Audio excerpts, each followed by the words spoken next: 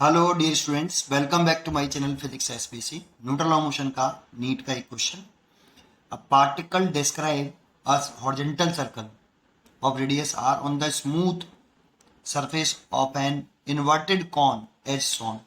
देखो, ये एक इन्वर्टेड कॉन है, इसमें ये वाला एक पार्टिकल है ये रहा, और ये सर्कुलर पाथ पर घूम रहा है, हॉरिजॉन्टल सर्कुलर पाथ है इसका। ठीक है, ऐसे। फिर क्या कह रहा है आगे? The height of the plane of the circle. जब हॉरिजॉन्टल सर्कल होगा तो ये प्लेन हो गया इसका। इसका यहां से हाइट दे रखी ग्राउंड से, या वर्टेक्स दे रखी है, इस वर्टेक्स से। Height of the plane of the circle above vertex is H. इससे एच हाइट पर है, एच हाइट गिवन है। देखो, ये वर्टेक्स दे रखी है एच। ठीक है, the speed of the particle should be. Particle की स्पीड पूछ रहा है, ये कितनी होगी। ठीक है, तो कैसे करें इस क्वेश्चन को? देखो, तो सबसे पहले हमें इस पार्टिकल का एफबीडी बनाना पड़ेगा कि पार्टिकल पे कितने फोर्स लग रहे हैं। तो देखो, एक पार्टिकल पर जो फोर्स लग रहा होगा आपका इस जगह पर, जब ये पार्टिकल घूम रहा होगा, तो एक तो mg लग रहा होगा डाउनवर्ड, ऐसे, है ना। और एक ये जो कॉन है ना, ये कॉन का जो सरफेस है, इसके कांटेक्ट में घूम रहा होगा चारों तरफ ये, तो ये इस पर एक नॉर्मल रिएक्शन लगा रहा होगा ऊपर की तरफ, ऐसे ऐसे कॉन। और ये पार्टिकल कॉन पर लगा रहा होगा अंदर की तरफ। अगर कॉन के सरफेस पे देखें तो कॉन का सरफेस ऐसे है, ये पार्टिकल है, तो ये सरफेस तो पार्टिकल पे ऐसे लगा रहा होगा नॉर्मल रिएक्शन।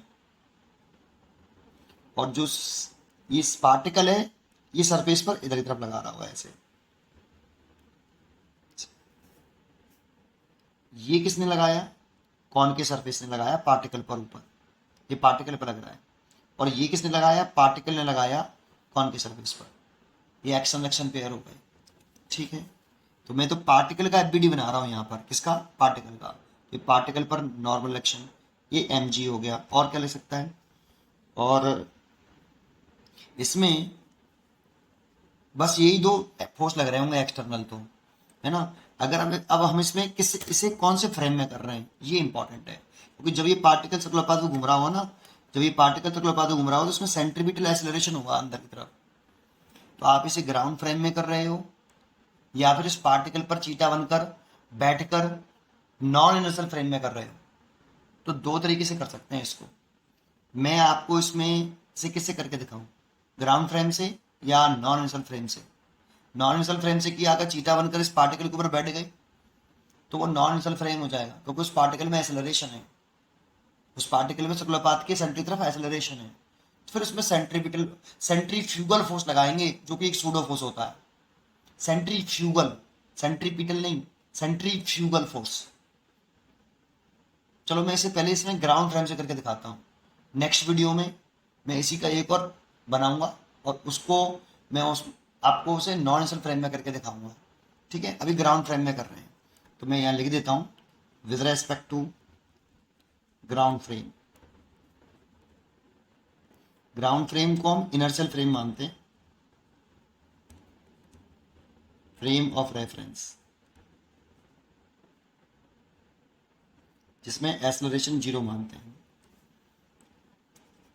ग्राउंड में एक्सेलरेशन जीरो, पार्टिकल तो सर्कुलर पाथ घूम रहा है और उसमें एक्सेलरेशन है। ठीक है, मैं ग्राउंड मतलब यहां से हम ऑब्जर्व कर रहे हैं, ग्राउंड से खड़े होके। ऑब्जर्वर कहां से देख रहा है इसको? ग्राउंड से खड़े होके देख रहा है। ये with respect to ground frame का मतलब ऑब्जर्वर इस पार्टिकल को कहां से देख रहा है? ग्राउंड से, और इस ग्राउंड में एक्सेलरेशन जीरो मारने हैं। ठीक है, अब क्या करेंगे सर? एन की कंपोनेंट, देखो एन की कंपोनेंट करना है, तो आप इसको आगे बढ़ा लो ऐसे।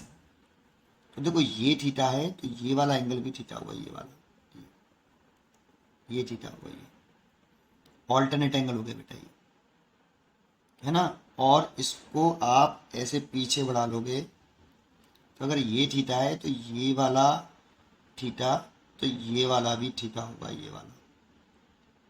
और ये थीटा है तो ये वाला एंगल जो होगा ये 90 माइनस के थीटा होगा, तो इसके बीच में 90 डिग्री एंगल है। और इसके और इसके बीच में 90 है, इसीलिए ये वाला एंगल थीटा होगा।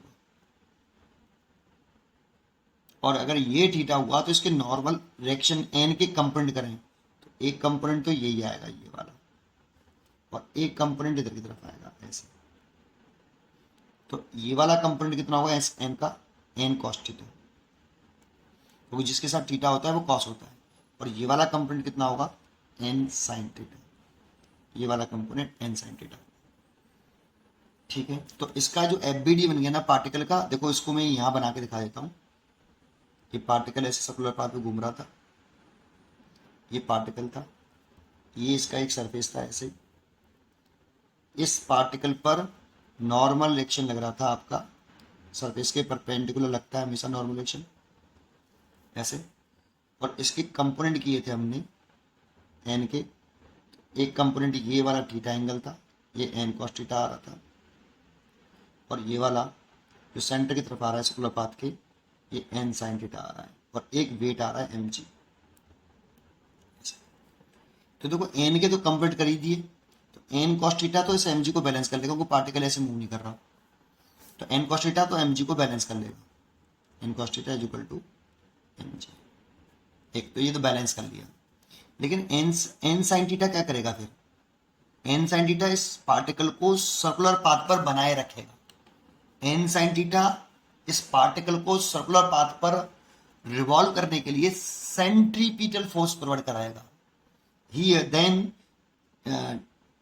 Direction of net force, the direction of net force toward the center, direction of net force toward the center, वो कितना है एन साइन थीटा।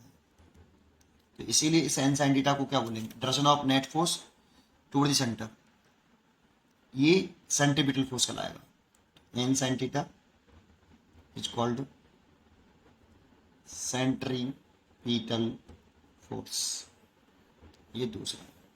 और इसे ऐसे लिख सकते हैं फिर, N sine theta is equal to M V square upon circular path की रेडियस ऐसे। ठीक है, ये क्वेश्चन नंबर 2 डाल दी। अब हमें एन तो नहीं चाहिए, स्पीड चाहिए पार्टिकल की, देखो, और वो भी आर और जी या एच और जी के भी टर्म में चाहिए। तो चलो अभी देखते हैं, एन तो नहीं चाहिए, इसीलिए क्या कर रहे हैं हम इसमें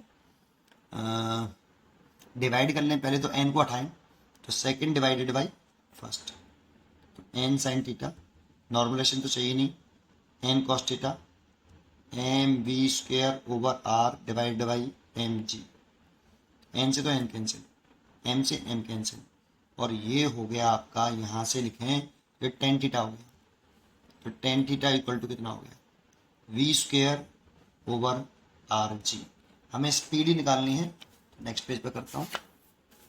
स्पीड निकालनी है तो हम क्या कर सकते हैं, पेज पे जरा, tan theta equal sorry V square equal to R G tan theta. तो v बराबर रूट के अंदर आर जी टेन थीटा। लेकिन देखो इसमें थीटा को हमें इलिमिनेट करना है, थीटा नहीं रखना, हमें थीटा को हटाना है। तो थीटा को कैसे हटाएं भाई, तो थीटा को हटाने के लिए देखो, अगर ये थीटा है तो ये भी तो थीटा ही है ना। ये ट्राइंगल दिख गया हुआ आपको, ये वाला ट्राइंगल, इसमें अगर मैं टेन थीटा लगा दूं तो टेन थीटा परपेंडिकुलर तो हो गया ये, that means H, height H इधर की, और बेस हो गया आर। तो यहाँ इस डायग्राम से देखूं तो मैं यहाँ से टेन थीटा निकालूं तो क्या वो एच अपॉन आर है, चेक करो। अगर ये थीटा है तो ये ऑल्टरनेट से थीटा हो जाएगा। इस ट्राइंगल में देख लो आप, इस वाले में परपेंडिकुलर डिवाइड बाई बेस, तो tan theta perpendicular divide by base, और ये वाली जो हाइट है एच, ये एच ही तो रखी है, और ये रेडियस है आर, इसलिए tan theta is equal to H by R. तो यहाँ टेन थीटा की वैल्यू कितनी है, एच बाई आर है, तो यहाँ पुट कर दें, तो v is equal to root के अंदर आर जी और एच बाई आर, आर से आर कैंसिल, तो v बराबर कितना, रूट के अंदर जी एच। देखो ऐसे, इसलिए इसकी चॉइस हो गई सी। लेकिन मैंने ये कौन से रेफरेंस फ्रेम में किया है, ग्राउंड के रेफरेंस फ्रेम में किया है। इसीलिए इसमें मैंने सेंट्रीफ्यूगल फोर्स, जिसे हम सूडो फोर्स बोलते हैं, वो नहीं लगाया है, क्योंकि हम ग्राउंड फ्रेम से देख रहे हैं बेटा। तो अगर हम इसको किस पर बैठ के करते, इस पार्टिकल पर चीटा बन के बैठ जाते, तो पार्टिकल आपका कौन सा रेफरेंस फ्रेम हो जाता, non universal frame of reference. जानते हो फ्रेम ऑफ रेफरेंस वो जगह है जहां से बैठकर हम किसी बॉडी के मोशन को देख रहे हैं। तो अगर हम चीटा बनकर पार्टिकल पे बैठ जाते तो पार्टिकल को देखते, फिर तो चीटा बनकर पार्टिकल में बैठ गए तो पार्टिकल में क्या एक्सेलरेशन है, तो है पार्टिकल तो शक्लों घूम रहा है, तो उसमें सेंट्रीपिटल एक्सेलरेशन है ना बेटा, और सेंट्रीपिटल एक्सेलरेशन है तो वो नॉन यूनिवर्सल फ्रेम बन जाएगा। और फिर जब नॉन यूनिवर्सल फ्रेम में बैठ कर अगर हम चीजों को एनालाइज करते हैं तो अब सूडो फोर्स लगाना पड़ता है हमें, और सूडो फोर्स की डायरेक्शन हमेशा non universal frame of reference के एक्सेलरेशन के अपोजिट डायरेक्शन में होती है। चलो इसकी चर्चा नेक्स्ट वीडियो में करते हैं। इसी क्वेश्चन को मैं दूसरी वीडियो में करके दिखाऊंगा, अगर आप चाहोगे तो। अगर कमेंट करके बताओ कि आपको ये non universal frame of reference में भी इस क्वेश्चन को देखना है कि कैसे करते हैं, तो कमेंट कर जरूर करें। पढ़ते रहें और खुश रहें। Thank you.